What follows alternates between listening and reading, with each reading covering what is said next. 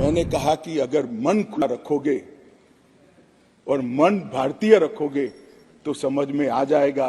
मन अगर इटली का है तो कभी समझ में नहीं आएगा। तो कानून के अंदर आज तक जब तक ये सदन रिपील नहीं करेगा तब तक यूनाइटेड किंगडम की संसद ने बनाया हुआ कानून आज हम हमारे कानून में विद्यमान है। ये कानून इस देश के नागरिकों के लिए नहीं बने थे, कानून अंग्रेजों की राज की सुरक्षा के लिए।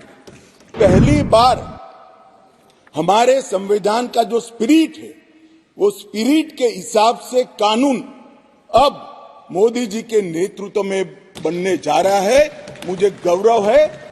मान्यवर, ये तीनों कानूनों को अभी जो है ये तीनों कानूनों को अगर ध्यान से देखते हैं तो इसके अंदर न्याय की कल्पना ही नहीं है। दंड देने की बात को ही न्याय माना जाए।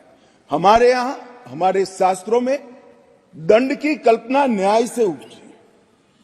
पाश्चात्य विचारों के जो अंग्रेज शासन में लाए गए कानून थे उसमें न्याय का उद्भव दंड में से होता है। हमारे यहां दंड इसलिए दिया जाता है कि जो विक्टिम है, जिसका अहित हुआ है, जिसके अधिकारों की रक्षा नहीं हुई, उसको न्याय मिल पाए, इसलिए किसी को दंड देते हैं। और दंड देने का उद्देश्य क्या है?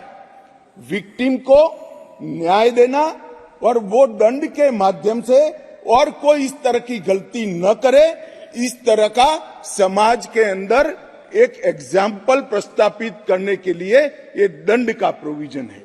ये नए जो 3 कानून लेकर मैं आया हूं वो मूल भारतीय न्याय के संहिता के आत्मा को प्रकटीकरण देने वाले कानून है। और सच अर्थ में आजादी के इतने सालों के बाद मान्यवर पहली बार ये तीनों आपराधिक कानूनों का, अपराध की सिस्टम को चलाने वाले कानूनों का, क्रिमिनल जस्टिस सिस्टम को चलाने वाले कानूनों का पहली बार मानवीयकरण होगा। मान्यवर, ये कानूनों को ध्यान से पढ़ेंगे तो ये कानून के अंदर आज तक जब तक ये सदन रिपील नहीं करेगा तब तक यूनाइटेड किंगडम की संसद ने बनाया हुआ कानून आज हम हमारे कानून में विद्यमान है। प्रांतीय अधिवेशन वो भी अंग्रेजों के जब हम गुलाम थे तब का शब्द है।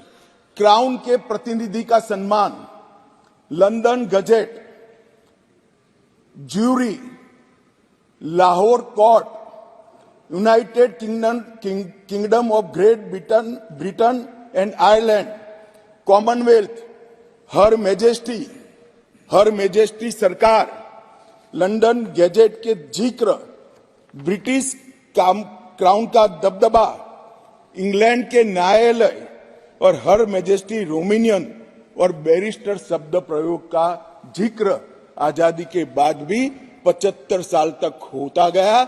मोदी जी के इस इनिशिएटिव ने हमारे तीनों कानून को एक गुलामी की मानसिकता और उसके चिन्हों से मुक्त कराया। मान्यवर, ये कानून जो बनाए थे, ढेर सारे लोगों ने कहा, कुछ सांसद मुझे पर्सनली भी मिले, वो समझ ही नहीं पाते थे कि फर्क क्या कर रहे हैं।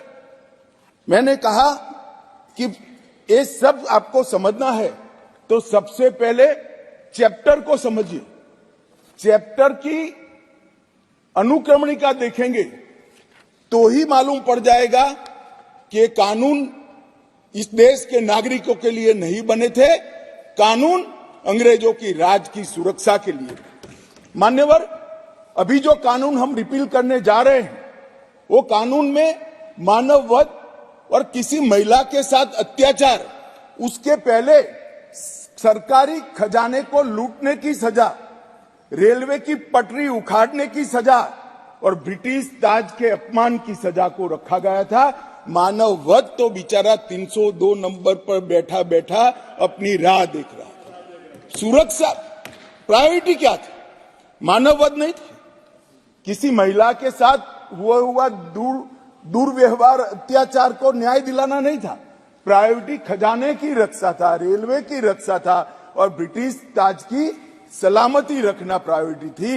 अब ये पूरा का पूरा बदलकर सबसे पहले महिलाओं और बच्चों के विरुद्ध को अपराध को प्रायोरिटी दी गई है, मानव शरीर पर प्रभाव डालने वाले विषयों को प्रायोरिटी दी है, उसके बाद में देश की सीमाओं की सुरक्षा को प्रायोरिटी दी है, उसके बाद में सेना, नौसेना, वायुसेना के संबंधित अपराधों को लिखा गया है, उसके बाद इलेक्ट्रोल अपराधों को लिखा गया है, उसके बाद सिक्के, करेंसी नोट, बैंक नोट और सरकारी स्टैंप के साथ छेड़खानी को लिया गया है, और उसके बाद ब्ला ब्ला ब्ला बाकी सारी चीजें आती हैं।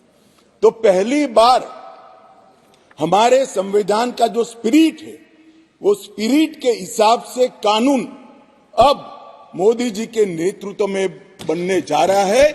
मुझे गौरव है कि तीनों कानूनों को 150 साल के बाद बदलने का और वो बिल को पायलट कर इस सदन में लाने का गौरव मुझे प्राप्त हुआ है। मान्यवर जो कहते थे कि हम नहीं समझते हैं, मैंने कहा कि अगर मन खुला रखोगे और मन भारतीय रखोगे तो समझ में आ जाएगा। मन अगर इटली का है तो कभी समझ में नहीं आएगा। मान्यवर मन का सवाल होता है, भाषा का सवाल नहीं होता है। मन अगर यहाँ का है तो तुरंत समझ में आ जाता है, मन अगर यहाँ का नहीं है तो कभी समझ में नहीं आएगा।